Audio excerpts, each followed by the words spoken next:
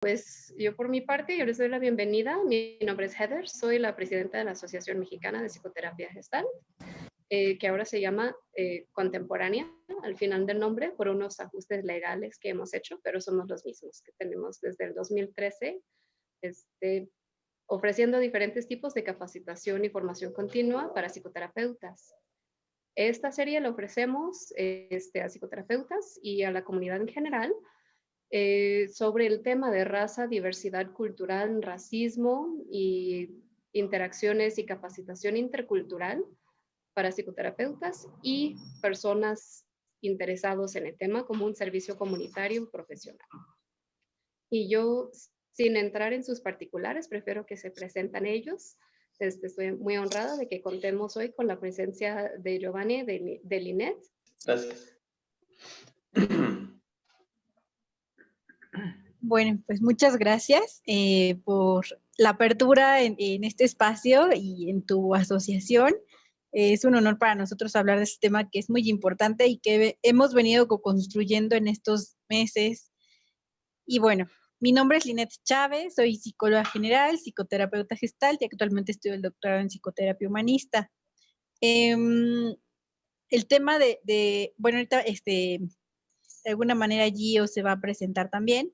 Es importante para mí también decirles que a lo largo de mi experiencia me he relacionado más con la capacitación, entonces soy capacitadora instructora y en relación de temas tanatológicos y manejo de estrés. Entonces, de alguna manera, vimos un encuentro entre estas líneas y entre estos temas y también algo importante que es la etnopsicología. En algún momento fui docente de universidad y impartía yo esta materia que es etnopsicología y ahí es donde me empiezo a dar cuenta de la importancia que tiene la dialéctica cultural para comprender nuestra propia existencia y la del otro, ¿no? Ahora es la primera vez que lo hacemos desde una mirada gestáltica y estamos muy emocionados porque no es algo nuevo. Al final les vamos a compartir una reflexión que creamos, construimos entre Gio y yo, y le pusimos un enfoque un poquito más gestalt. Entonces, bueno, este espacio de diálogo, se va a hablar de nuestras experiencias, ¿no? Se llama, en sus propias palabras, el encuentro de las culturas huastecas hidalguenses, que son náhuatl, totonaco, tenec y huasteco, y la psicoterapia gestalt. Entonces, es el primer punto, les decía, es la primera vez que hacemos esto y estoy muy emocionada. Y bueno, les presento a Gio.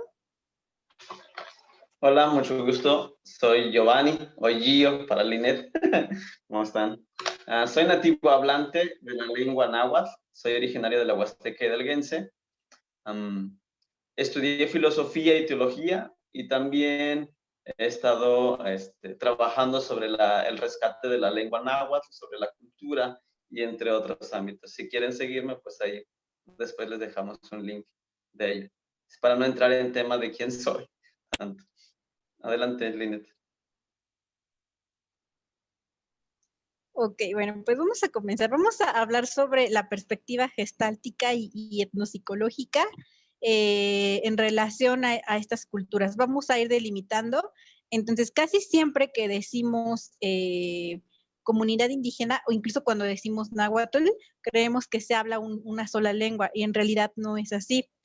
Yo soy del estado de Hidalgo, también Giovanni, y aquí digamos que se encuentra la Huasteca hidalguense.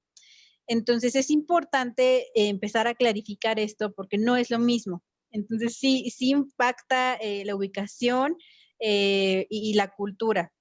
El debate racial es silencioso en gran medida, o casi no se habla de ello, porque algo que está explorando en estos días es que el mito fundacional de la identidad mexicana moderna es el mestizaje, ¿no?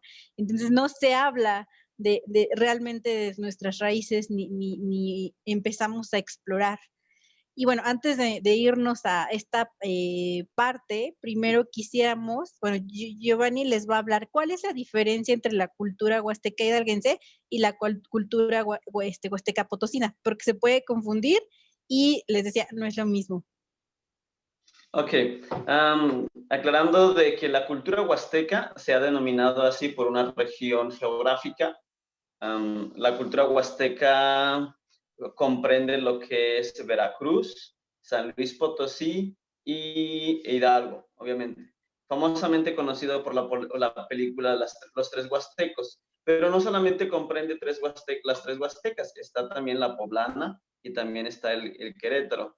Pero en grandes rasgos, esa es la huasteca, la huasteca. Ahora, la diferencia que hay entre cada estado, por la división geográfica, encontramos en San Luis Potosí, se manejan algunas vestimentas, pero en cuestión de comida, cultura y lenguas, algunas cosas cambian. Por ejemplo, la huasteca en Tantoyuca, que es la parte que corresponde para Veracruz, ya hablan Tenec y hablan Totonaco. ¿Okay? Entonces, una diferencia lingüística. Encontramos Tenec y Totonaco. En San Luis Potosí, inclusive también vamos a encontrar Tenex, más Tenex, y también hablan gente que habla en el náhuatl. En la parte hidalguense encontramos también los que son gente que habla Tenec y gente que hablamos náhuatl. La diferencia entre huasteco y Tenec es prácticamente, en general, siempre los hemos confundido como dos cosas diferentes, pero realmente Tenec y huasteco es la misma cosa. Los huastecos hablaban la lengua Tenec, así. Y Tenec significa una persona que es huasteco de cultura huasteca. En pocas palabras podemos ver eso. La diferencia geográfica es que cada uno de ellos comprende un estado totalmente diferente, a partir de una división geográfica que se realiza a nivel gubernamental o a nivel federal. Cuestión de lenguas, recordemos, es que se habla completamente náhuatl, pero en algunas de las culturas huastecas hablan Tenec y Totonaco, tres lenguas. En el estado de Hidalgo, no solamente se habla Tenec y Totonaco, se va a hablar náhuatl, se va a hablar Tenec, se va a hablar variantes de náhuatl, hay como dos también, inclusive hasta por allá por Tula, por Pachuca, ya vamos a encontrar otros idiomas que se hablan de idiomas indígenas. En pocas palabras, esa es la diferencia. En cuestión cultural, en cultura huasteca se tiene una mínima de diferencia, muy poca. La comida es lo mismo, tal vez un poco de sazón cambia. Encontraremos costumbres y tradiciones, tal vez por ejemplo, en bodas, en celebraciones, etcétera, vamos a encontrar casi lo mismo. La única diferencia que más matizada es en la lengua y en algunos conceptos filosóficos o, ¿cómo podríamos decirlo? Concepciones de conceptos de cultura tal vez un poquito diferentes. En eso vamos a ir platicando en este momento.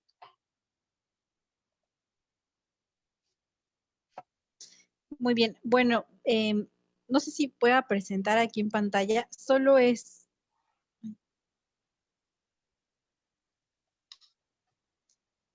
Como que no me da la opción. Compartir pantalla. Es que estoy desde mi celular. Pero bueno, vamos a empezar Ya lo puse. ¿Ya? Ah. Gracias.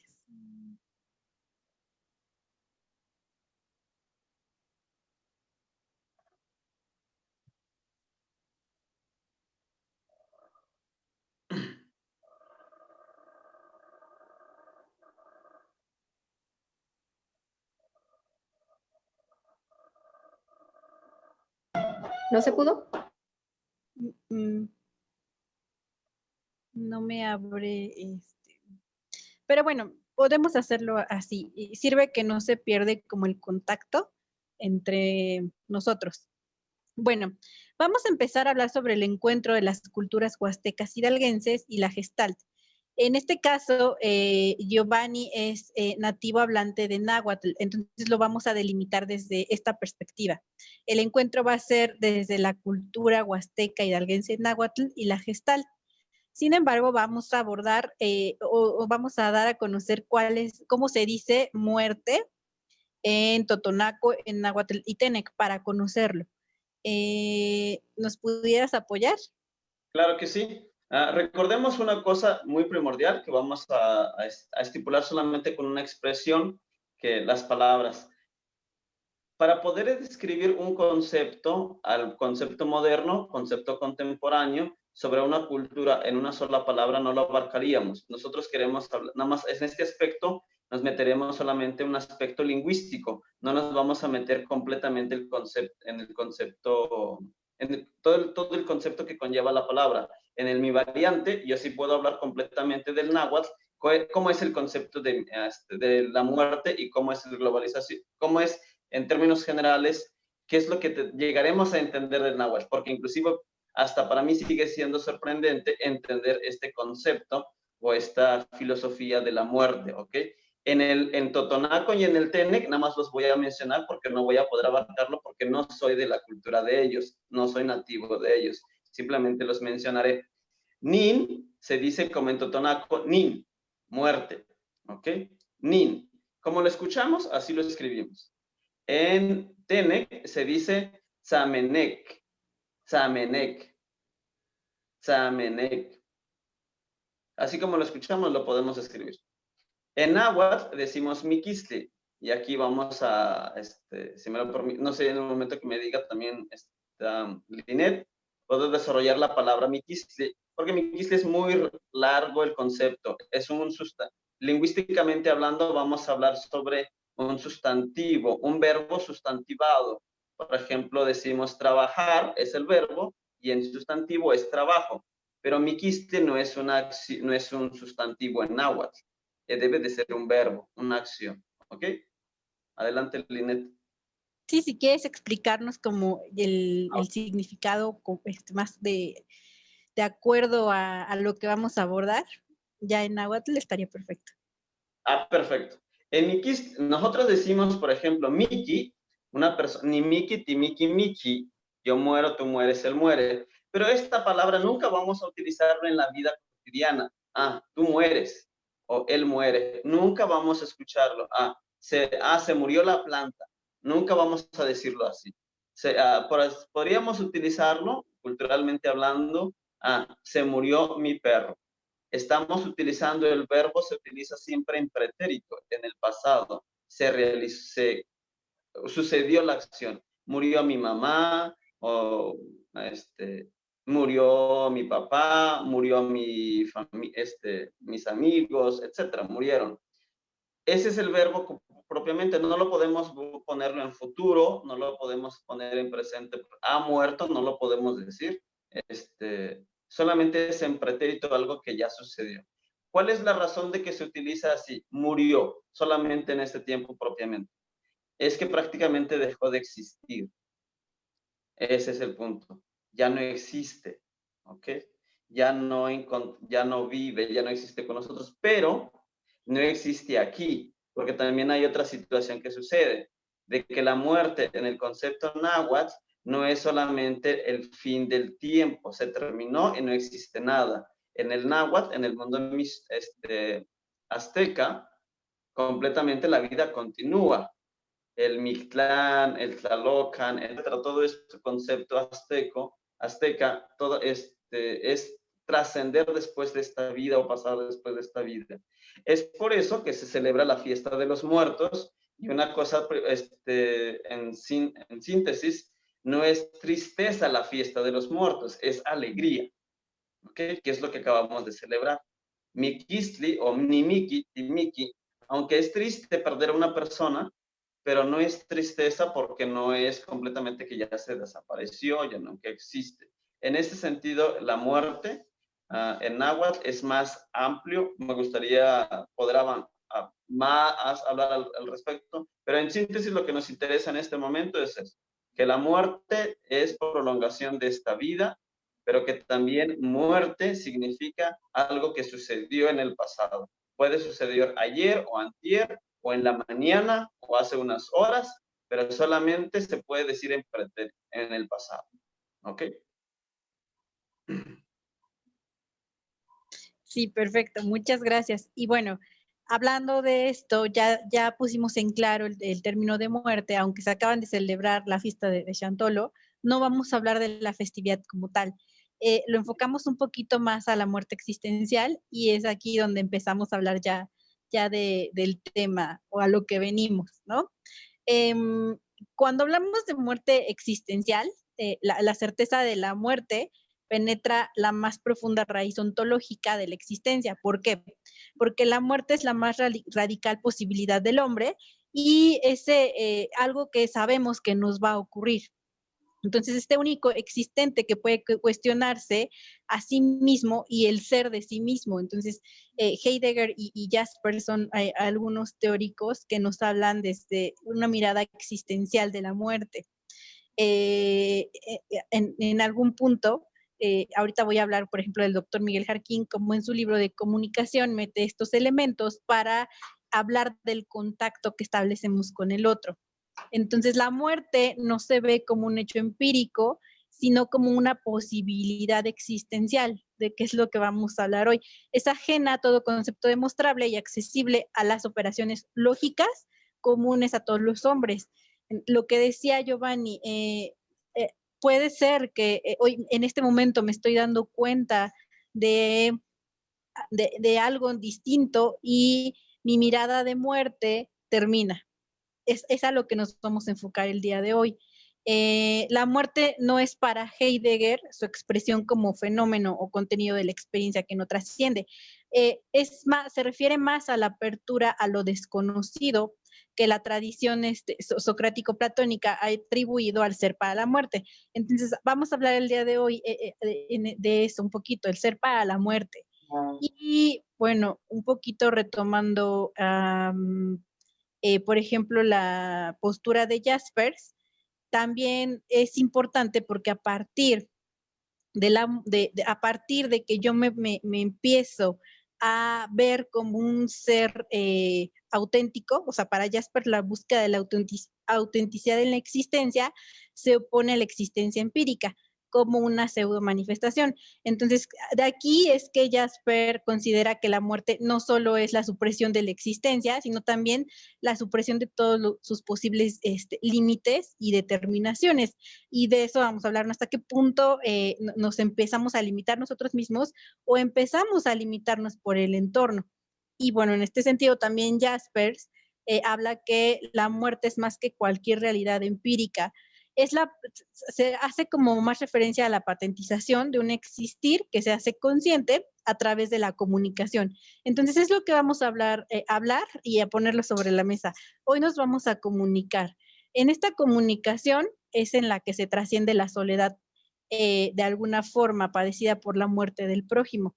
La muerte puede superarse y sobrevivirse cuando hay comunicación, pues esta comunicación nos va a abrir paso a la autenticidad del existir y con ella al ser como trascendencia. Entonces vamos a hablar de estos elementos a continuación, identificando que nos vamos a basar en la muerte existencial. Y bueno, vamos a poner esta pregunta sobre la mesa. ¿Qué es una falta de respeto para la cultura huasteca hidalguense? Náhuatl, ya delimitado. Y bueno, hablando de muerte existencial, ¿no? Claro. Vamos a caer en términos generales de la muerte existencial, pero necesitamos este preámbulo, obviamente. La falta de respeto, propiamente en mi cultura indígena, no existe una palabra de decir, me faltaste el respeto. No existe una palabra propia, ¿ok? Y decimos una frase que dice, hispano, hispano, y significa pasar frente de una persona. Ish, que es frente de una persona, y pano es pasar, hispano. Si nosotros decimos, te chispano, pasaste sobre mí. Esa es la traducción al español, pasaste sobre mí. En ese sentido entendemos como me faltaste al respeto. Vamos a delimitar lingüísticamente hablando y vamos a delimitarlo también filosóficamente hablando. Falta de respeto en un sentido cultural es pasar sobre alguien, ¿ok? Faltar el respeto es pasar sobre alguien, sobre su autoridad, sobre su cultura, sobre sus principios, sobre sus morales, etc. Esa es la palabra. Por lo tanto, pero no decimos, ah, me faltaste el respeto. No lo decimos, ¿ok? Inclusive, las personas no llegamos a decir, ah, esa persona me faltó al respeto.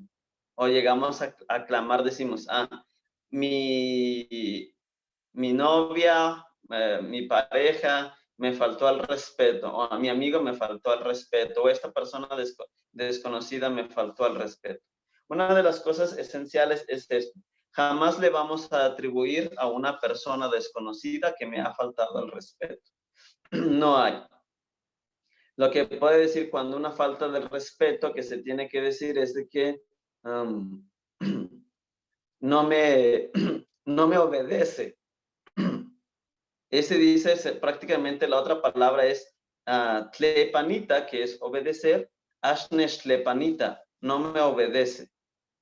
Y eso, Ashnesh tlepanita, puede ser utilizado para muchísimos aspectos. Por ejemplo, si yo le digo a una persona, yo fui a Estados Unidos a trabajar, y no te cree, vamos a decir, Ashnesh tlepanita, no me cree lo que le estoy diciendo. No obedece a lo que estoy gesticulando y entregarle la información y no cree lo que le estoy diciendo.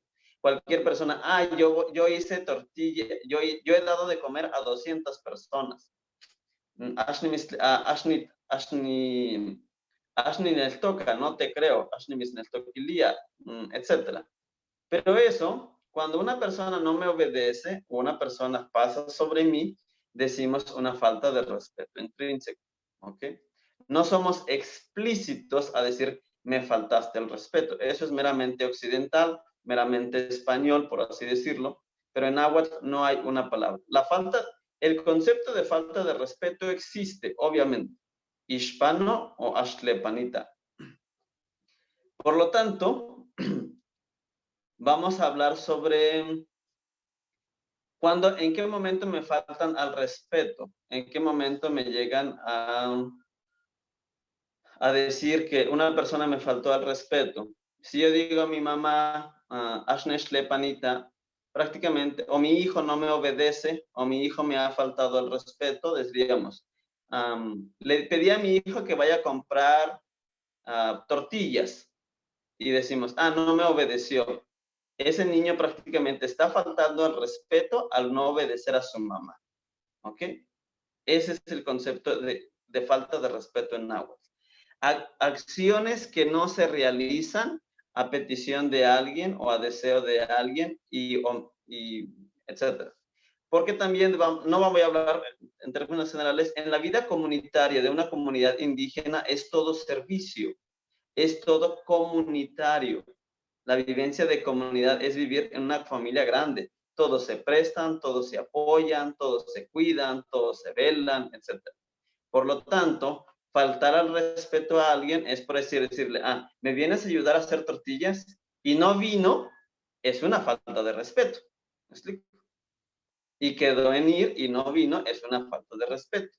Y yo, por ejemplo, una persona que le dijiste, oye, vamos a trabajar a la milpa, que es la vida campesina que vivimos, y no vino en la mañana a la hora que tenían acordado, es una falta de respeto porque no vino, porque acordó de venir. ¿Me explico? Pero decir una falta de respeto explícito, qué fea eres, qué tonta eres, qué inmadura eres, no existe ese tipo de falta de respeto vocal, verbal no existe. Existen en acciones de falta de respeto. ¿Ok?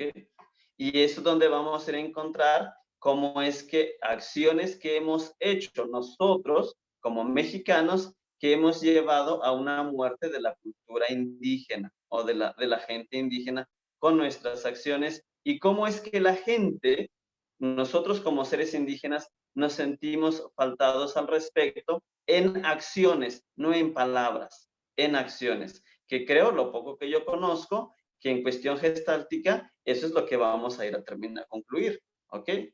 Cómo acciones realizamos o microagresiones, que ya me estoy metiendo en otro tema que ya, acciones que vamos realizando poco a poquito, que vamos lastimando a alguien, que vamos ofendiendo a alguien, que vamos faltando el respeto a la cultura indígena.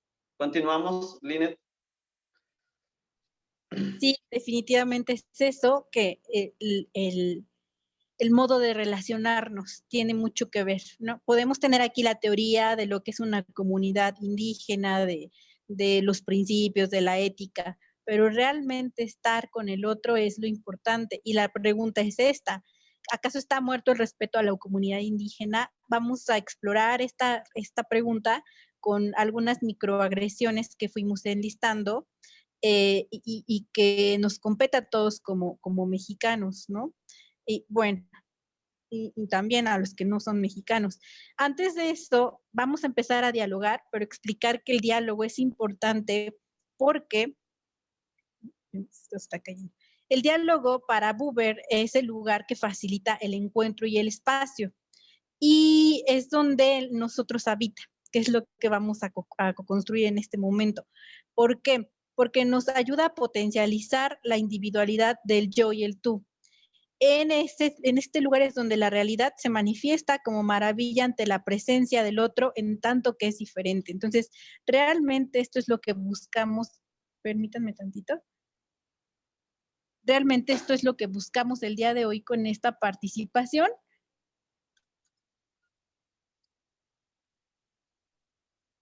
Es que se estaba cayendo. Realmente buscamos el encuentro. Y bueno, vamos a empezar a dialogar, pero también explicar qué es el principio dialógico, que es un fundamento importante y es un punto de partida y método, como lo fue en otros tiempos el cogito de Descartes, por ejemplo. Entonces, el principio dialógico, y que vamos a hablar sobre el conocer, o sea, vamos a hablar del ser. No simplemente es entender, digo, lo teórico podemos encontrarlo en el buscador, sino realmente hablar del ser, de la esencia de la comunidad indígena y qué realmente es lo que impacta y qué estamos haciendo nosotros con nuestras acciones para reforzar estas actitudes de discriminación. El conocer exige 3 condiciones para su realización. La primera es una actitud de apertura. Entonces, entrar a este campo con la disposición de encontrarme con el otro y saber que no tenemos una misma dialéctica, sin embargo, yo estoy abierta a conocerlo, no a poner mis reglas del juego, ni que él ponga sus reglas, simplemente a aperturarme a entrar. El segundo es una actitud de verdadera implicación. No implicarme solo porque esté de moda el tema de la inclusión, ni implicarme porque algún beneficio puedo obtener, ya sea implícito o explícito, ¿no? Si yo me pienso implicar en este tema, es porque realmente he encontrado dentro de eso algo que me representa, o que tengo que trabajar en mí, o que me mueve, me motiva a conectarme con el otro. Y el último punto, que es una toma de posición fundamental. Esto nos lo dice el doctor Miguel Jarquín en sus libros sobre comunicación. Y la toma de posición es ya ser consciente de mi modo de relacionarme con el otro y manifestarme o colocarme de forma consciente a partir de lo que descubro en el contacto y en lo que creamos ambos, que lo que les decía, ¿no? El espacio en donde nosotros habitamos. Y bueno, esto es importante porque es lo que vamos a hacer. Vamos a dialogar para ver qué podemos descubrir y a lo mejor hacer conscientes de nuestras propias actitudes y poder modificar, si yo lo deseo, de forma consciente, no de una forma impuesta, ni por modismo, simplemente para ponerme en un lugar donde realmente pueda iniciar un trabajo, pero no únicamente terapéutico, sino un trabajo personal. Entonces, una mirada distinta, una mirada relacional. Y bueno, pues vamos a dar paso para hablar sobre el tema de microagresiones, que consideramos que es muy importante y de alguna manera, cuando empezamos a hablar, digamos que llevamos varias reuniones, nos dimos cuenta que esto sí existe, que es lo que más se presenta en la comunidad indígena. Entonces, ¿qué es una microagresión para iniciar, no? Es el término usado para las expresiones de prejuicio sutil.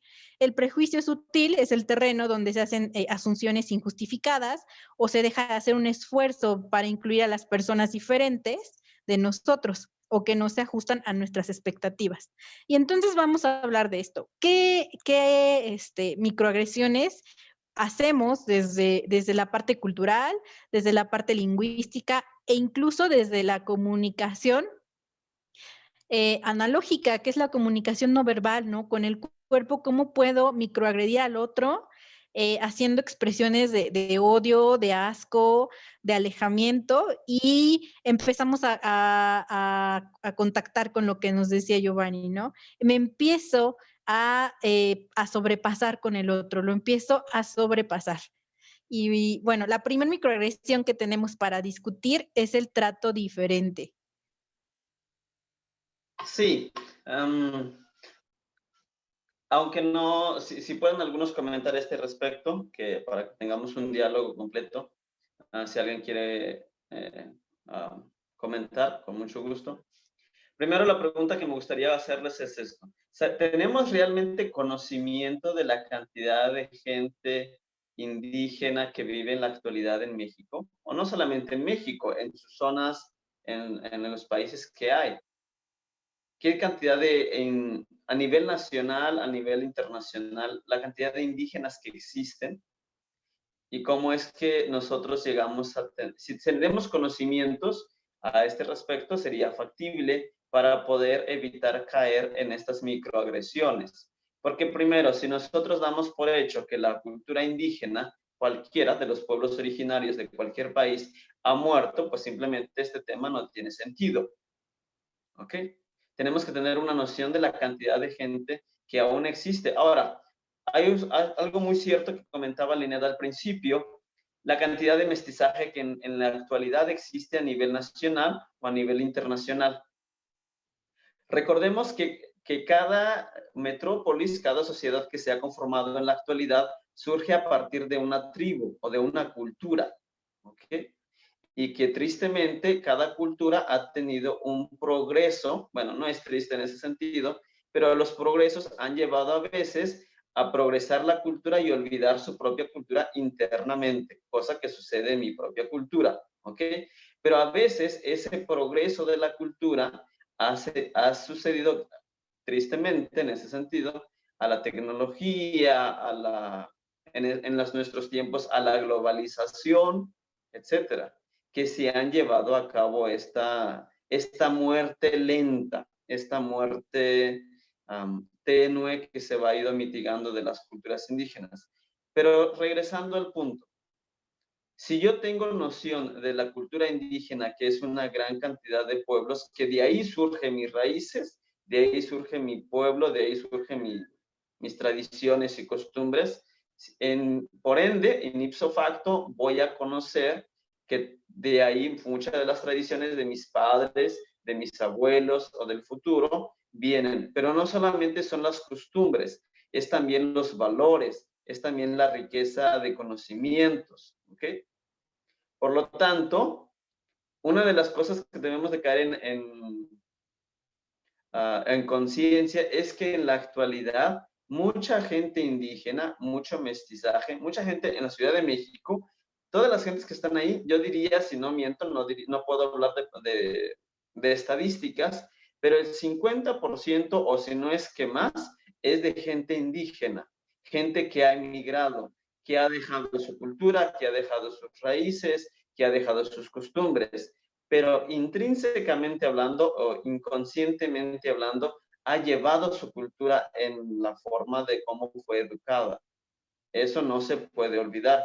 Yo que me puedo ir a España, me puedo ir a París, me puedo ir a Alemania, me puedo ir a China, es difícil que yo me vaya a acoplar a una cultura diferente porque yo soy nativo hablante y estoy marcado de por vida por mi cultura, por mis raíces. Por lo tanto, es muy fácil que si yo llego a la Ciudad de México y me sienta agredido por algunas acciones. ¿Cómo es esto? Fácil. Si yo quiero hablar con una persona náhuatl y una persona me mira con una acción de este que está hablando, me voy a sentir agredido. ¿ok? Así de fácil. O por ejemplo, si yo llego a otro, yo llego a una, no es una agresión consciente, no es una agresión voluntaria. No estoy diciendo eso. Si yo llego a España y me dicen, ¿y tú hablas náhuatl? ¿Y qué idiomas hablas? Ah, mi primera lengua es el náhuatl. Y me van a decir, ¿y qué es eso? Eso no existe. Tal vez no lo hizo con intención, pero en ese momento, como yo no encuentro valor a mi lengua, pues no tiene valor mi lengua. Esa es la microagresión que sin duda, como una sociedad mexicana, necesitamos tener claro. Son muchas las microagresiones que existen y nosotros vamos a hablar de algunas cuantas. ¿Continúa, Linet? Muy bien. Sí, lo que decías, de alguna manera en México, 11 millones de personas, que es un poquito más del 10% de la población, se consideran indígenas, y esto es según datos de la Secretaría de Cultura. Ahora, lo que vamos a iniciar con el trato diferente, y algo que platicábamos yo y yo, es el color de piel. Las barreras van cayendo, o parece que van cayendo a medida de que el tono de piel va aclarándose. Entonces, hace 2 años el Instituto de Estadística Mexicano publica un estudio que partía de una gama de 11 tonalidades. Cuanto más moreno era el individuo, menos posibilidades de alcanzar un puesto alto de trabajo o estudios superiores tenía, ¿no? Entonces, esto es interesante para empezar a hablar o abordar el tema de raza, que pareciera que es una palabra que da pavor hablar en México, porque tenemos que ver esta realidad, ¿no? Nuestro tono de piel es un punto por el que empezamos, y porque vivimos precisamente bajo la fantasía de que todos somos iguales. Entonces, lo que decía yo, es un racismo implícito que ha estado invisibilizando, que se ha estado invisibilizando, y poco a poco se empieza a ir destapando, ¿no? Pero conforme se va destapando, también vamos siendo más conscientes de dónde venimos, cuestión para la que a veces no estamos preparados. Autores como Samuel Ramos, Octavio Paz, Díaz Guerrero, Díaz Loving nos hablan sobre la psicología del mexicano, y un punto importante es el complejo de inferioridad. El querer tapar de dónde venimos con el complejo de superioridad, negando lo que somos, y que tristemente, como lo platicábamos,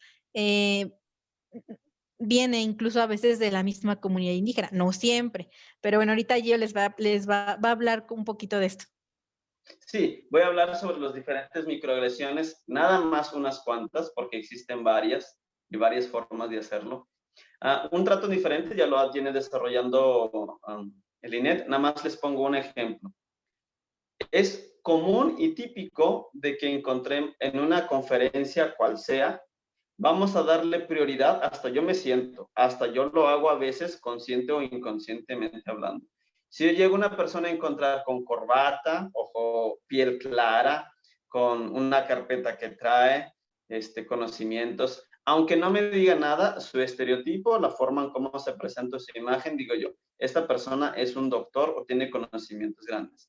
Pero si, por ejemplo, si yo llego a una universidad, me paro en la UNAM o en cualquier universidad, llevo con mis guaraches, llego con mi tono de piel, no tengo un peinado excelente, moderno, y llego con un morralito o llego con una libretita y no conozco de nada, no tengo valor. Esa es triste la realidad. Cosa que yo tuve un profesor de antropología cultural o de antropología, y era así, siempre se presentaba con su bastoncito, hediondo, por así decirlo, y no tenía una presentación adecuada a la imagen, al conocimiento que tenía, o a su cultura, a sus conocimientos. Pero cuando se presentaba era una eminencia de personaje. De ahí nosotros tenemos la imagen de esto de que el indígena siempre es en cuestión despectivo, no tiene conocimientos, no tiene autoridad, no tiene voz, no tiene voto, ¿ok? Cualquier persona, en cuestión de sueldo, la persona indígena siempre es el mal pagado. Hace poco yo platicaba con una persona que vivía aquí, que es un lingüista, les decía, cómo es la situación de las personas indígenas, que en cuestión de educación estamos fatal, fatal, fatal, fatal. Esto de la contingencia le vino a dar a la situación peor, la situación de la educación indígena. Yo que crecí o estudié en una escuela pública y en una escuela bilingüe, los maestros no eran bilingües. Pero estamos hablando de la historia de la educación en México, que no me voy a meter en eso. Pero recordar en eso, ¿qué valor tiene la persona indígena y por qué le damos un trato diferente? Esa es la pregunta. ¿Por qué? ¿Por su color? ¿Por la forma que se viste? ¿Por sus conocimientos? ¿Acaso las personas indígenas no tienen conocimientos? Me voy a la parte de la manufactura del trabajo de la cultura indígena. Se los voy a plantear muy fácil. Si ustedes van a comprar a Chedraui, a Sears, a cualquier supermercado Liverpool, ¿tienen la opción de regatear? Qué ironía ir a regatear a tal lugar. Pero ¿por qué llegamos a una persona indígena sentada ahí en la calle vendiendo un bordado manufacturado por su propia mano? Lo está haciendo en ese momento y la cultura mexicana tiende a regatear. ¿Por qué? ¿Por qué hacemos ese regateo de esa persona? Estamos faltando al respeto enormemente. Nunca a Sears o a cualquier tienda departamental jamás se nos ocurre regatear. Jamás le decimos está caro, ni en nuestra cabeza concepto. Pero ¿por qué una persona indígena vendiendo sus productos? Cualquier cosa, el que vende tamales, el que anda vendiendo, el que atiende ahí, es señora, sirvienta de una casa, etcétera. La persona indígena realmente está desvirtuada sus valores. ¿Existen sus derechos? Existen, pero en el papel no sirven de nada.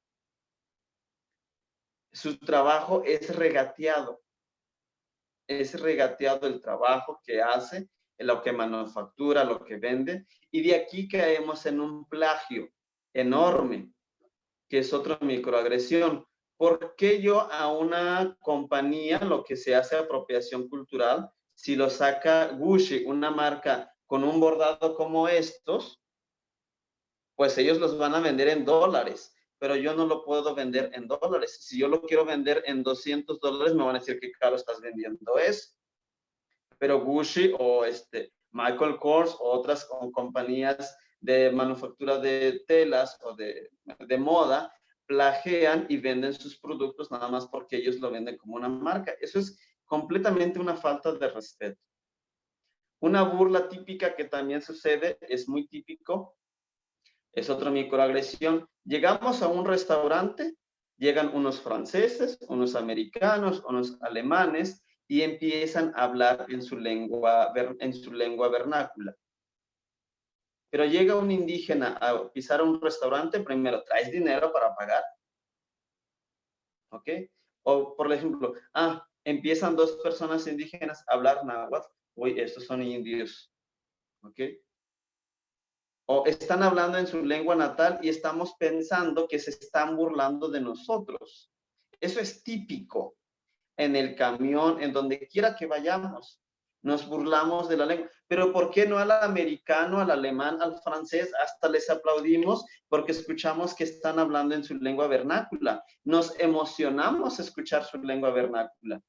Queremos aprender su lengua vernácula, pero al náhuatl lo hemos dejado atrás. Y solamente en el náhuatl, no, en todas las lenguas originarias de los pueblos originarios en México, en mucho. De ahí también la mala concepción del indio. Ser indio. ¿Soy indio? No. Soy indígena. Tal vez yo me siento orgulloso de ser indígena, pero yo les pregunto, si yo voy a una persona y les pregunto, ¿eres orgulloso de ser indígena? Tristemente no vamos a encontrar muchos. Por este trato diferente, por el regateo, por el plagio, por la burla, ha llevado a que no son orgullosos de ser indígenas. ¿Ok? Tristemente. Y de ahí ya llevando muchas microagresiones al respecto. La minimización al respecto de ello. Tristemente, el ser indígena no eres nadie en esta sociedad mexicana. Empezamos a existir, por así decirlo. Pero los pueblos originarios son los que fundan el pueblo mexicano. Y en todos los países, los pueblos originarios son los que fundan una nación. Las culturas, las tribus, sus valores, sus costumbres, etc. Pero socialmente hablando, hemos minimizado este valor. Recordemos, una parte, en la actualidad, somos grandes turistas y queremos ir a explorar grandes pirámides que hay a nivel nacional, a nivel internacional, su cultura. Pero una cosa es verlo en exhibición y otra cosa es contemplarlo en la vida cotidiana del mundo indígena. Es totalmente diferente. La cultura indígena no solamente se ha quedado en un museo. La cultura indígena existe en la actualidad en muchos de los pueblos, en muchas naciones, y existimos. Soy uno de ellos. Pero no soy valorado. No soy importante, no tiene valor curricular mi lengua, mis conocimientos no importan, y es tan fácil caer en una microagresión en ese sentido porque estamos minimizando y por lo tanto somos seres invisibles. Pasamos enfrente de una persona, no tiene conocimientos, no tiene capacidad de llegar a formar una sociedad grande, no tiene capacidad de liderazgo, no tenemos eso. No es que no lo tengamos, es que no nos ha dado la oportunidad de llegar a explorar nuestros conocimientos. Les digo, la comunidad indígena quedó prácticamente en un aspecto de museo, pero nosotros no estamos muertos, nosotros existimos, nosotros vivimos, nosotros trabajamos. Nosotros también, inclusive en Estados Unidos, lo que gestiona más la parte de agronomía es la comunidad indígena, no son los doctos. ¿Okay? En México es lo mismo. Si no es gracias a la economía, no tendríamos un plato en nuestra mesa. ¿Okay? Esa es la tristeza. Somos seres invisibles que tristemente hemos agredido socialmente hablando. Nosotros los hemos agredido. Esas son acciones, microagresiones simples, básicas. Pero hay muchas microagresiones que si nosotros no entendemos la cultura de nuestra gente, podemos llegar a agredirlos. Por ejemplo, vamos a hablar un aspecto en la actualidad a nivel internacional o a nivel nacional. Fácilmente esto.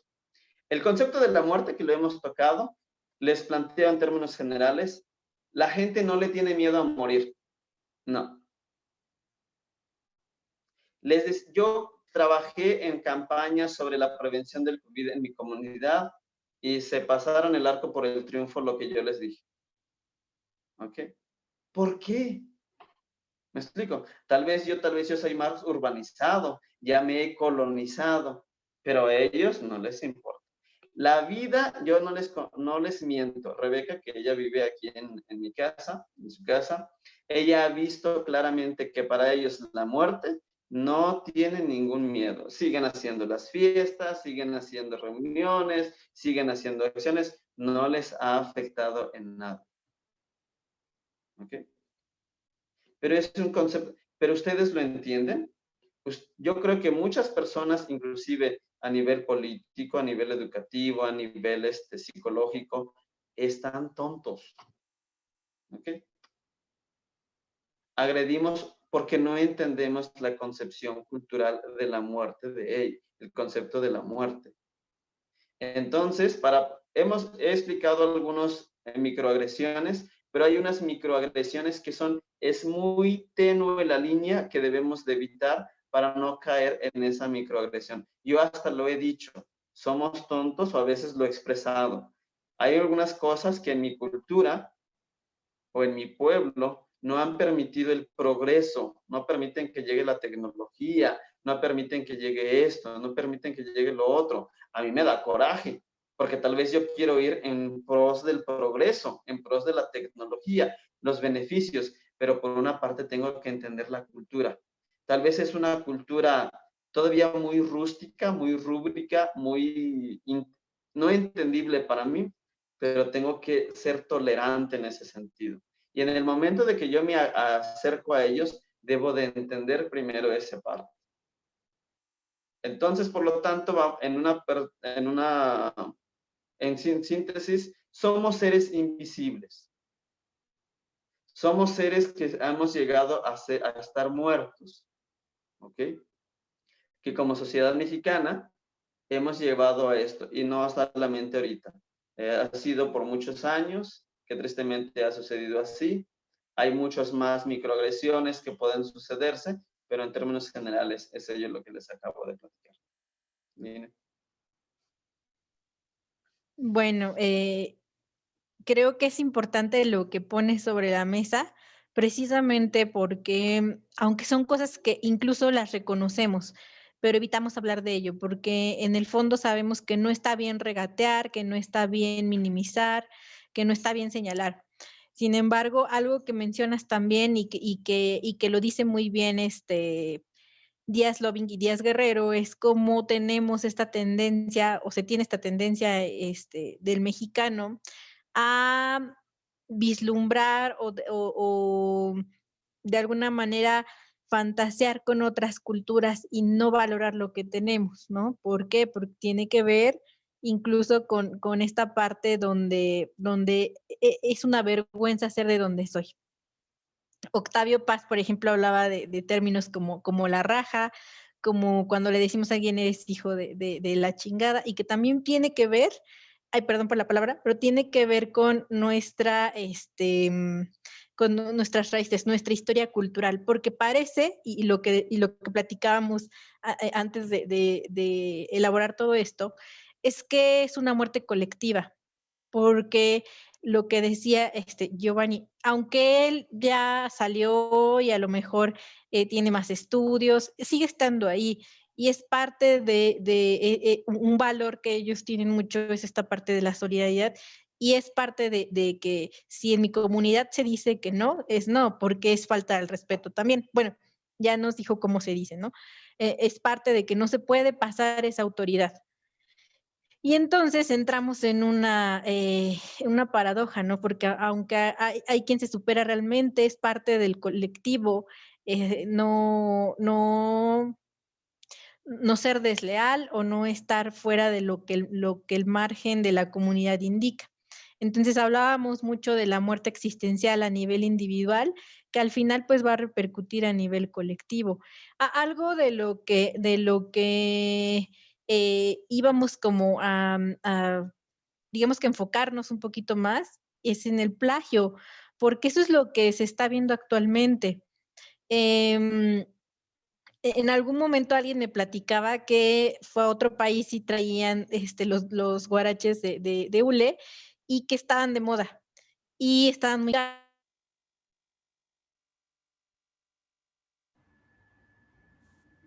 ay, perdón, y se sorprende precisamente porque aquí en México, si tú andas con ese tipo si tú andas con guaraches en la calle, precisamente estamos sujetos mucho a los prejuicios. Una de las premisas de las que nos habla Díaz Guerrero es el status quo, la honorabilidad de la familia, y cómo es que a partir de cómo me veo, los demás me van a tratar. Incluso hay un refrán mexicano que dice, ¿no? Como te ven, te tratan. Y eso es algo que tenemos tan interiorizado que no importa que por dentro esté sintiéndome desorganizada o desorganizado, pero si yo tengo bonita ropa y sigo la moda y traigo el celular que a lo mejor estoy dando abonos y que no tengo para mantenerlo, pero eso me habla de estabilidad y de salud mental, y la realidad es que no es así. Entonces, ¿a qué punto también estamos muriendo, incluso al no ser de la comunidad indígena? Y pues vamos a hablar sobre el plagio. ¿Qué está pasando que ahora se pone de moda? Algunas situaciones como lo que decíamos, ¿no? El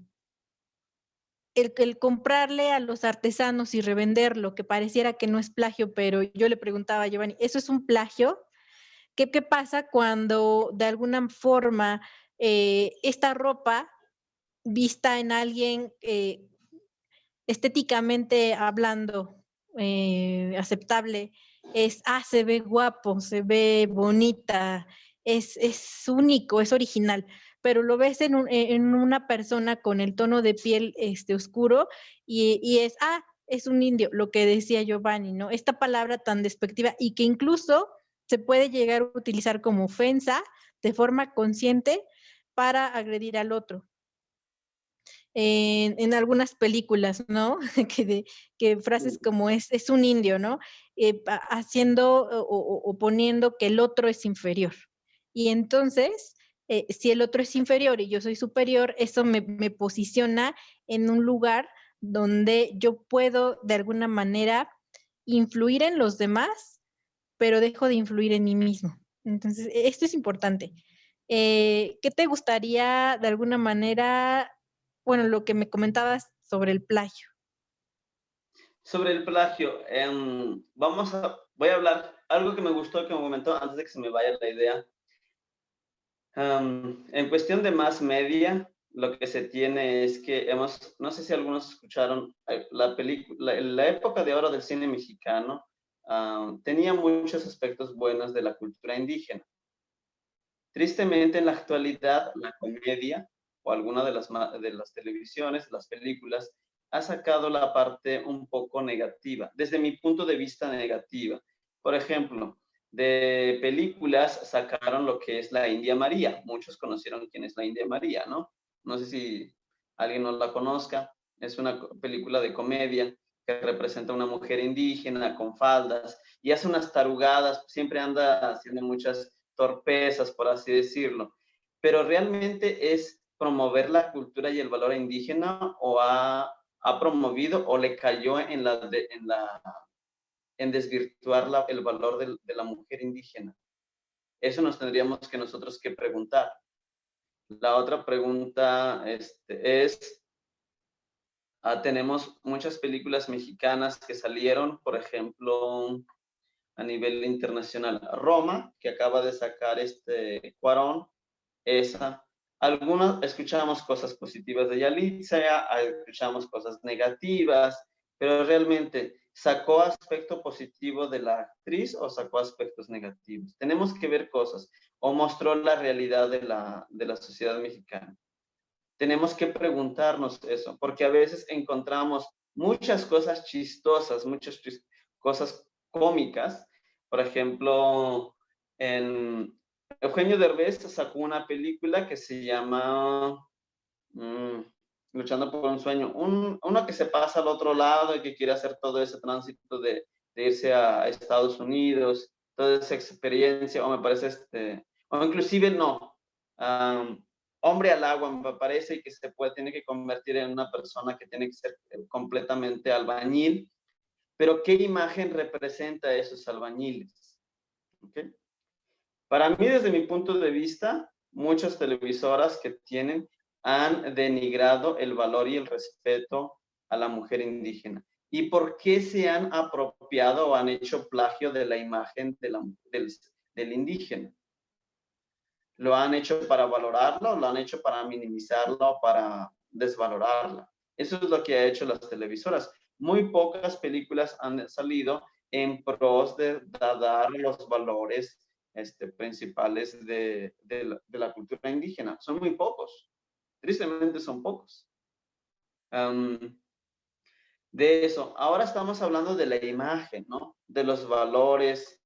En cuestión del artesano, yo que les comentaba, es tan triste de que en la actualidad lleguemos a comprar cosas de marca, cosas, inclusive actrices, si Lady Gaga lo saca, si un personaje internacional, si Madonna se pone a vestirse, inclusive algo que yo encontré, que lo pueden encontrar eso, es la apropiación cultural, así se llama, en internet lo pueden encontrar, hasta se atribuyen peinados, cómo se tienen que hacerse, se ponen vestimentas propias de una cultura que no entienden, o inclusive nada más solamente ponérmelo, es también venderlo, comercializarlo.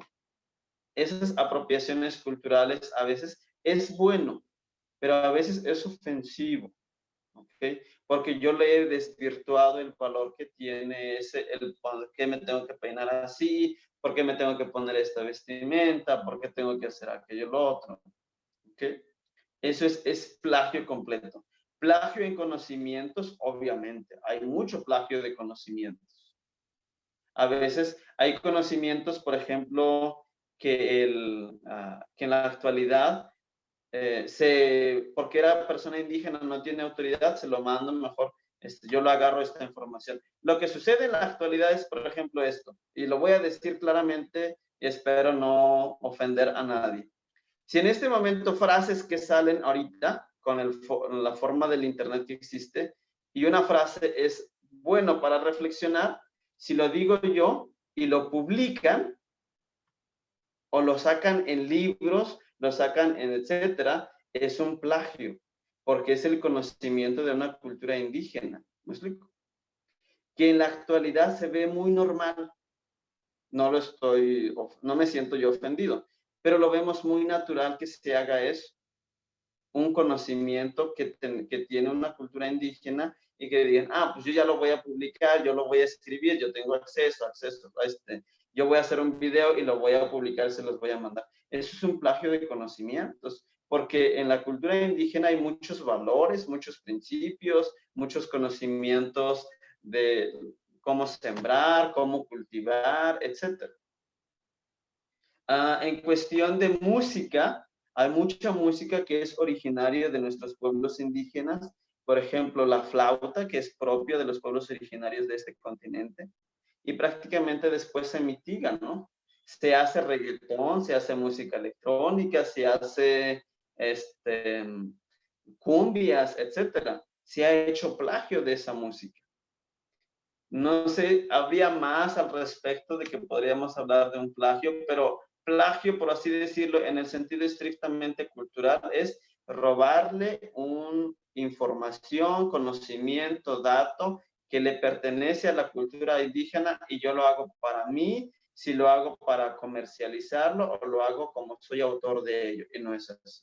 Eso sería, podría decir, un plagio cultural en la actualidad que vivimos mucho. Y sobre todo, ¿cómo yo caigo en una falta de respeto? Cuando valorizo más el plagio que la original. Ese es un problema social. Valorar más el plagio, el valor del plagio que el original. Esa es una falta de respeto grave. ¿Ok? Linet, creo que se ocupó. Si tienen alguna duda, pueden preguntarlo en este momento. Ok, perdón. Bueno, vamos a abrir un espacio de reflexión a partir de algo que co-construimos. Es un pequeño párrafo, es una reflexión que nos surge de esto que mencionamos, las microagresiones. No hablamos de muchas, sin embargo, son cosas que podemos cambiar, ¿no? No necesito ir a lo mejor a la comunidad, no necesito irme hasta la Huasteca hidalguense para poner esto en práctica. ¿Por qué? Yo voy al supermercado y hay artesanos afuera. Es algo que sí puedo modificar. Yo puedo utilizar un lenguaje despectivo hacia los demás. Es algo que sí puedo evitar. De alguna forma, la burla que se tiene y lo importante, cómo también invisibilizamos, creyendo que esa cultura no tiene valor. Permítanme tanto.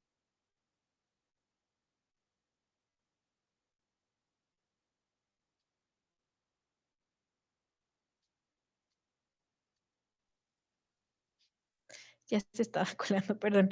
Entonces, bueno, las microagresiones, que son prejuicios sutiles, necesitamos también poner en claro qué tanto, de alguna forma, Jiddu Krishnamurti nos dice, no es saludable estar bien adaptado a una sociedad profundamente enferma.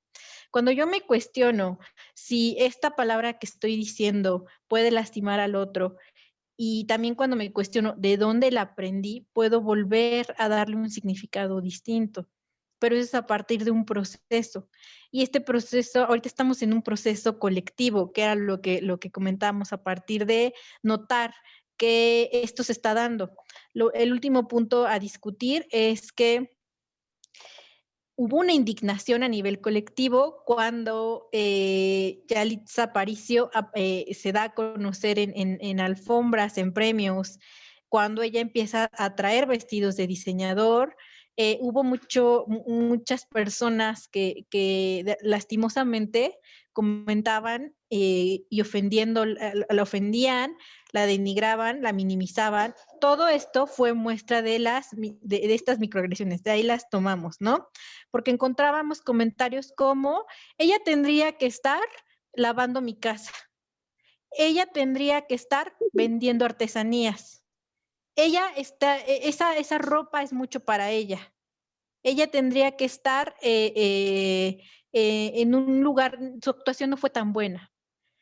No sé por qué a ella sí la hicieron notar y a los demás no. Entonces aquí habla todo, habla de todos estos puntos. Hubo un trato diferente por su tono de piel, se mencionó en algún punto que debería estar en un puesto distinto, que al final, bueno, está vinculado con las artesanías. Hubo burla, se le llamó india, se le minimizó y se le trató de invisibilizar. Afortunadamente no pasó así, fue todo lo contrario. Ella marca una pauta para visibilizar lo que realmente sucede en México, que es el malinchismo. Y es con lo que vamos como a ir cerrando. Ahora, ¿por qué hubo indignación? ¿O para qué creen que se genera esta indignación? Porque fue un darnos cuenta colectivo de que no somos iguales. Porque fue un darnos cuenta colectivo de que sí, el status quo es una premisa que sigue estando vigente en la sociedad mexicana, que a veces el apellido, que a veces el dinero y lo físico cuentan más que toda una vida de sacrificios, que toda una vida de estudios, que era lo que decía Giovanni. Yo puedo ir y hacer, pero no vale mi currículum. Entonces, eso es interesante. Y entonces, a partir de aquí, elaboramos una reflexión que espero que les guste. Se las voy a leer yo en español. Gio la va a leer en náhuatl. Y bueno, tomamos en cuenta la estética de las palabras, por ejemplo, donde dice bien, aunque bien puede ser algo subjetivo, me decía en algún punto, la palabra bien para la comunidad indígena es algo objetivo. Entonces es ahí también donde debemos de tener cuidado de nuestras palabras. A veces podemos traer una jerga muy gestáltica, muy psicológica. Sin embargo, también tenemos que tener en cuenta el sistema de referencias del otro, su dialéctica cultural. Y entonces fue así como creamos este pequeño párrafo que dice, personas que hablan una lengua en nuestra tierra mexicana, personas que son invisibles, parecen muertos en nuestra vida. ¿Acaso los hemos matado nosotros? Si no los respeto cuando los veo donde viven y andan y no los respeto o no los saludo bien, ¿puede que los esté matando despacio? Es difícil este camino, pero debemos hacer este trabajo. Solo así los respetaré y los veré con bien y con bonito pensamiento. La cultura indígena, los seres invisibles que están muertos a nivel social, ¿acaso los hemos matado nosotros? Al darme cuenta de mi manera de relacionarme ante ellos, ¿podría evitar seguir matando? No es un camino fácil, ya que conlleva proceso, pero hoy al descubrirlo, mi mirada es muy distinta. Entonces yo, si lo puedes leer. Claro, en náhuatl quedaría más o menos así. Aquí no tenemos no pude yo hacer una traducción literal, sino claramente una traducción conceptual, que ya lo leyó Linet más o menos.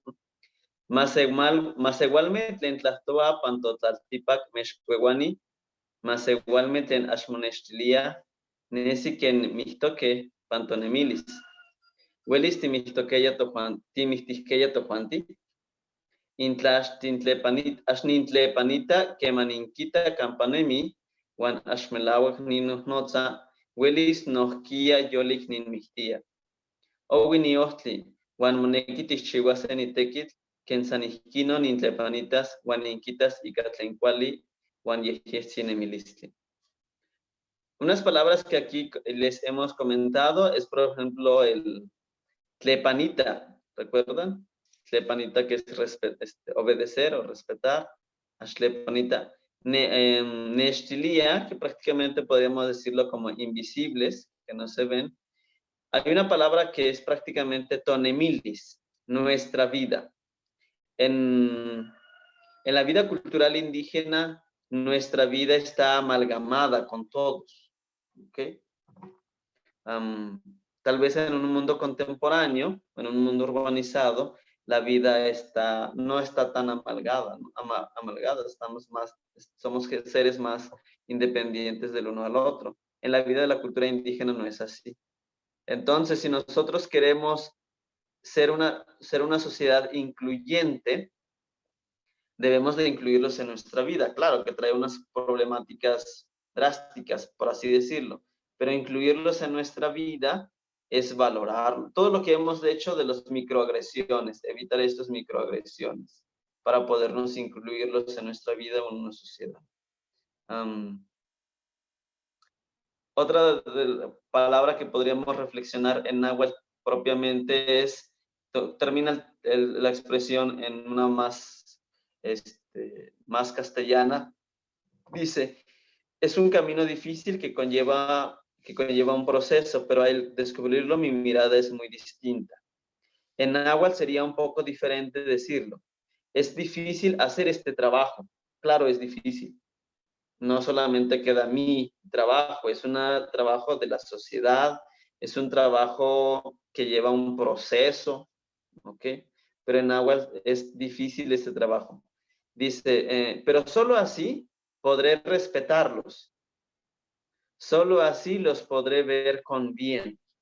Los podré ver con admiración, los podré ver con respeto, los podré ver con estima, podré ver las capacidades que tienen y la vida propiamente va a ser diferente y la vida mía, la vida de ellos va a ser un poco más bonita, más agradable, más convivencial, por así decirlo. En pocas palabras es eso. Linet. Y pues recordando por último que somos un sistema interdependiente, que eso tiene que ver con la reflexión de las palabras y que de alguna forma lo que hacemos de macrosistémicamente impacta meso, eso y microsistémicamente. Entonces, al final del día, esto nos impacta a todos, aunque en apariencia no sea así, realmente sí nos impacta. No sé si tengan alguna pregunta, nos gustaría como escuchar sus comentarios, sugerencias, reflexiones a partir de este último texto que elaboramos, o bueno, de lo que de alguna manera dialogamos en todo este tiempo.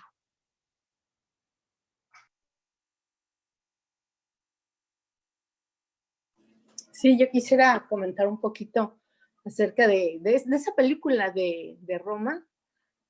Me pareció una película bien hecha. Y fíjate que cuando la comentamos con mis amigas, hay algo que tengo, fíjate, que me encanta la gente indígena. Eso me encanta, me atrae la gente. Siento un amor muy grande por ellos.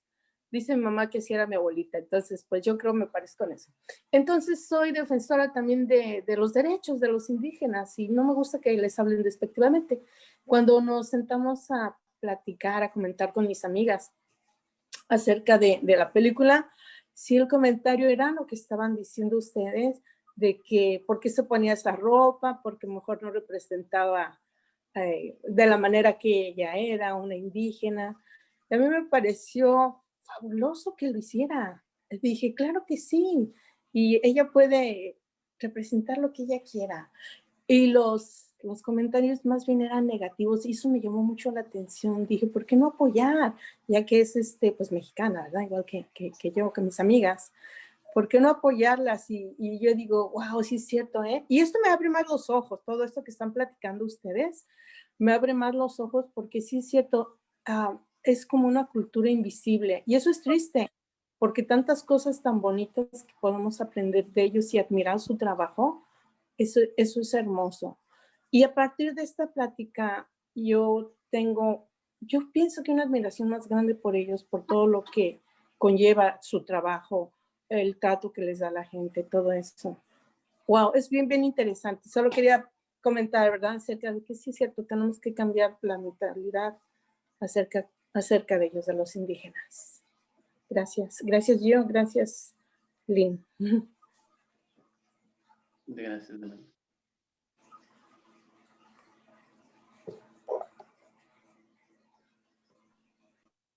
Perdón. Sí, muchas gracias, Tere, por tu reflexión.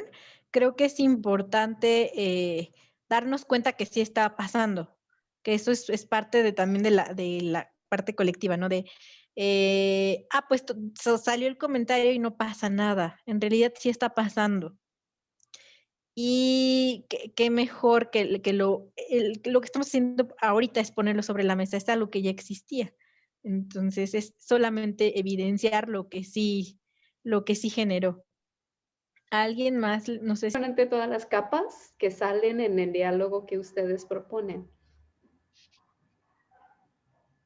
A mí me gustaría... Estoy así como... Perdón.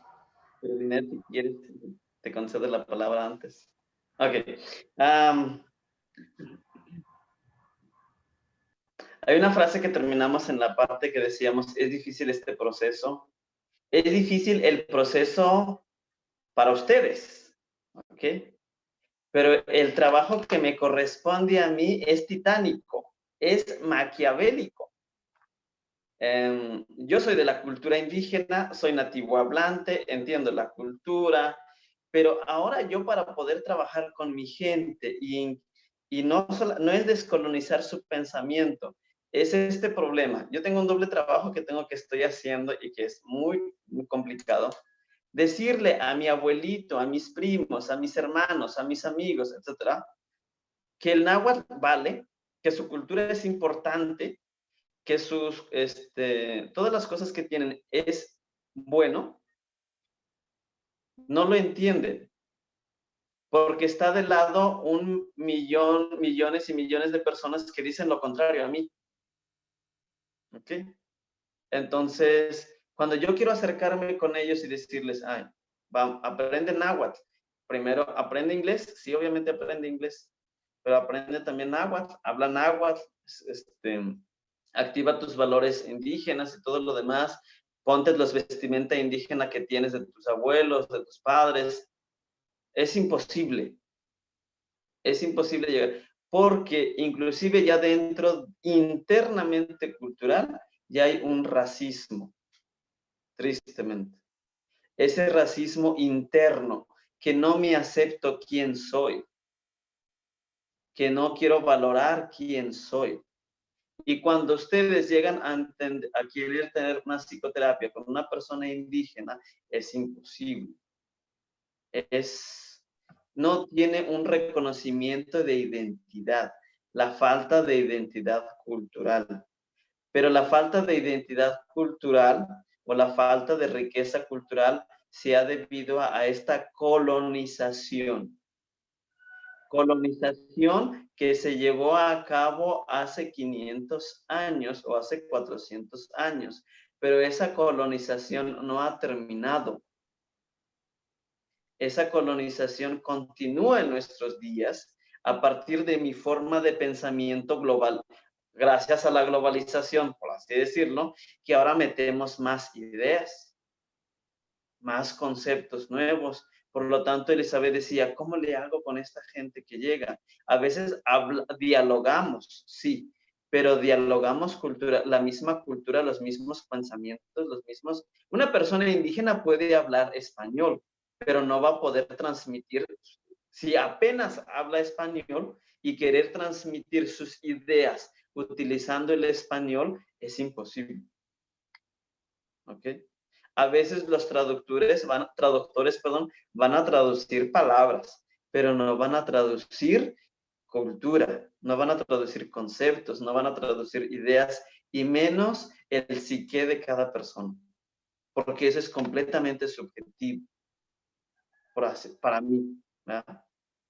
La vivencia, la experiencia. Por eso, muchísimas de las personas que vivimos esta esta vida de ser indígenas es complicado. Para mí estudiar, trabajar, tener un puesto, cualquier cosa que yo quiera realizar es complicado para hacer. No estamos hablando económicamente hablando, que eso es otro tema.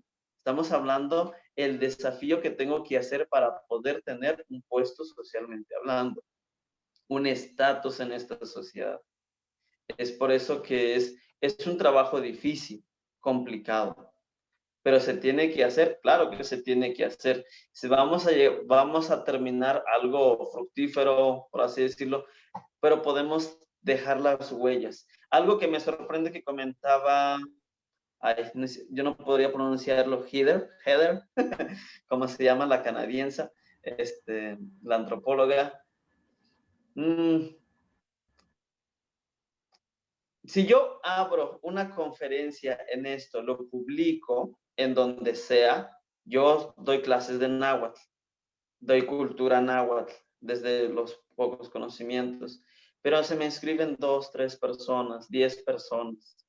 Pero si lo abre Estados Unidos, una lingüista que ha estudiado náhuatl, se le llena. No importa el costo del náhuatl que va a tener eso, pero se le van a llenar. ¿Por qué yo no puedo? O sea, eso es fácil, lo acabo de comentar ella, si es que fue anécdota, que se inscribieron muchos porque eran ponentes completamente americanos y yo ponente indígena y somos 5, 6. Esa es la diferencia que encontramos en la actualidad. Por eso es un trabajo arduo, es un trabajo muy difícil. El gobierno mexicano ha estado trabajando en ello, sí, lo está haciendo, está metiendo cosas o está aventando apoyo a ese sentido. Pero a veces, en cuestión gubernamental, existe mucha iniciativa, pero es mucho burocracia lo que se lleva. Y tristemente la burocracia no ayuda para poder trabajar con la cultura. No, tristemente estamos así. En cuestión educativa lo vemos claramente cómo vive la burocracia. Tiene que ser tanto papeleo para entregar uno. Y la educación de los niños está fatal. Eso estamos hablando a nivel urbano, en las ciudades. Pero pregúnteme cómo están mis niños aquí en el pueblo. Están olvidando. Yo puedo imaginar, porque aquí a nivel posgrado, es los privilegiados de los privilegiados, de los exclusivos, de los más uff. Aquí, en los grupos de formación gestal, lo que no hay es formación en la ética, que abarca los aspectos interculturales, ni tampoco se forma en competencia intercultural. Entonces, se perpetúa ese modelo de colonización de los ya colonizados y a terminar de erradicar todo lo que era de los pueblos originarios, pero también hay temazcales.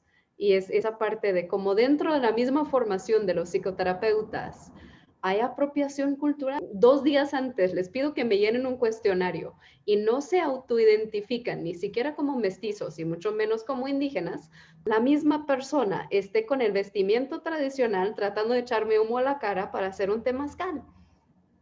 Y yo tengo es como esa paradoja, esa contradicción impresionante de la flexibilidad de identidad a conveniencia en ocasiones. Pero yo espero también, escuchándote, que la globalización es de efecto positivo en los movimientos indígenas. Entonces hay paralelos en todas las culturas indígenas que fueran colonizados.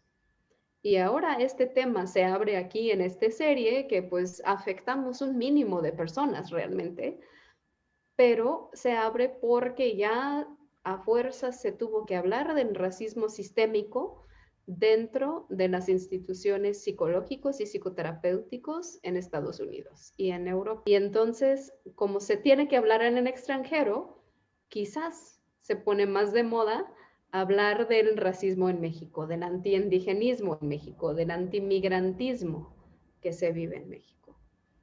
Sí. Porque en términos gestálticos, pues está cómodamente fuera de conciencia. Pero ahora sí se va a poner de moda la autorreflexión y el trabajo real con los temas de divisiones culturales y de raza, pues ojalá. A mí me gustaría decir algo respecto a eso, hablando desde mi experiencia. En algún momento estaba viendo cómo lo aterrizaba. Por ejemplo, Heather me preguntó a mí, me hizo la misma pregunta y que sí, que yo era, ¿no? Entonces yo me quedé una semana pensando porque no tengo muy clara mi historia de origen, pues porque pues mi papá nunca estuvo, ¿no? Y lo conocí hasta los 20 y tantos.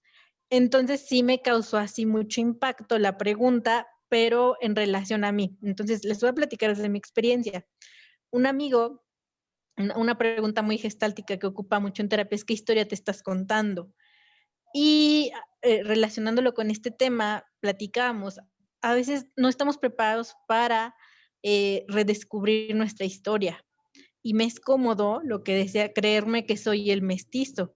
Me es cómodo, por ejemplo, en mi caso, me es cómodo no contactar a lo mejor con la sensación de la herida del abandono o del rechazo, como lo quieras ver.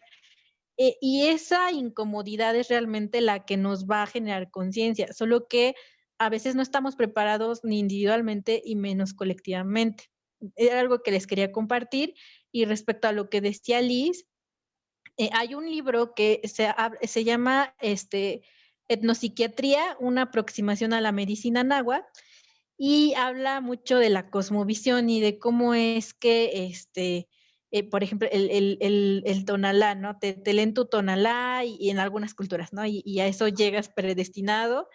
Y necesitas saber eso, necesitas saber que las personas, algunas no creen en el médico, y tú tienes que adentrarte a ese sistema de referencias si estás trabajando en esa línea comunitaria, claro, no es para todos. Y si mi reflexión personal que me dejó la construcción de todo este tema, es si yo no estoy clara de mi historia de vida y no estoy preparada a lo mejor con esta pregunta que dialogaba y que yo le hacía en ese momento, me dice, no, porque yo tampoco quiero descubrir eso porque yo tengo ya una historia. Y si yo descubro esa historia, se me va a desbaratar mi vida y no quiero. Hablábamos un poco también de la adopción, que al final es lo mismo, no querer ver qué hay detrás, la mirada real o mis orígenes. Y bueno, al final es esto, si yo no estoy como terapeuta preparada, pues también debo de poner en claro que muy probablemente no voy a poder contener al otro. Y esto hablamos de la congruencia. Y bueno, con esto quería cerrar. Gracias. Yo también, para cerrar mi colaboración, primero les agradezco que hayan asistido. Pocos, pocos, pero buenos. Que sea así, ¿no? Poquitos, pero buenos. Hay una palabra, una frase que se llama así en náhuatl, que se dice toca. Es enterrar a alguien. ¿No? Por ejemplo, ni toca, no paye, entierro a alguien. Pero también se utiliza para sembrar. Yo lo que tengo en ese sentido es, para mí yo he trabajado esta tarde en sembrar, en toca. ¿Okay? ¿Qué quiere decir eso? ¿Qué quiero llegar? Es sembrar la semilla o mi colaboración y que esto crezca por sí sola en cada uno de ustedes, 3, 5, 4 personas, 5 personas. Y en el momento en que siempre me encuentro con una persona apto para una tierra buena para poder yo sembrar, yo digo, yo siembro la planta una planta, una semillita. Inclusive mi nombre es Pilchinastli, en agua, así me pueden encontrar y significa semillita que se tiene que germinar, semilla que está apto para sembrarse. ¿Okay?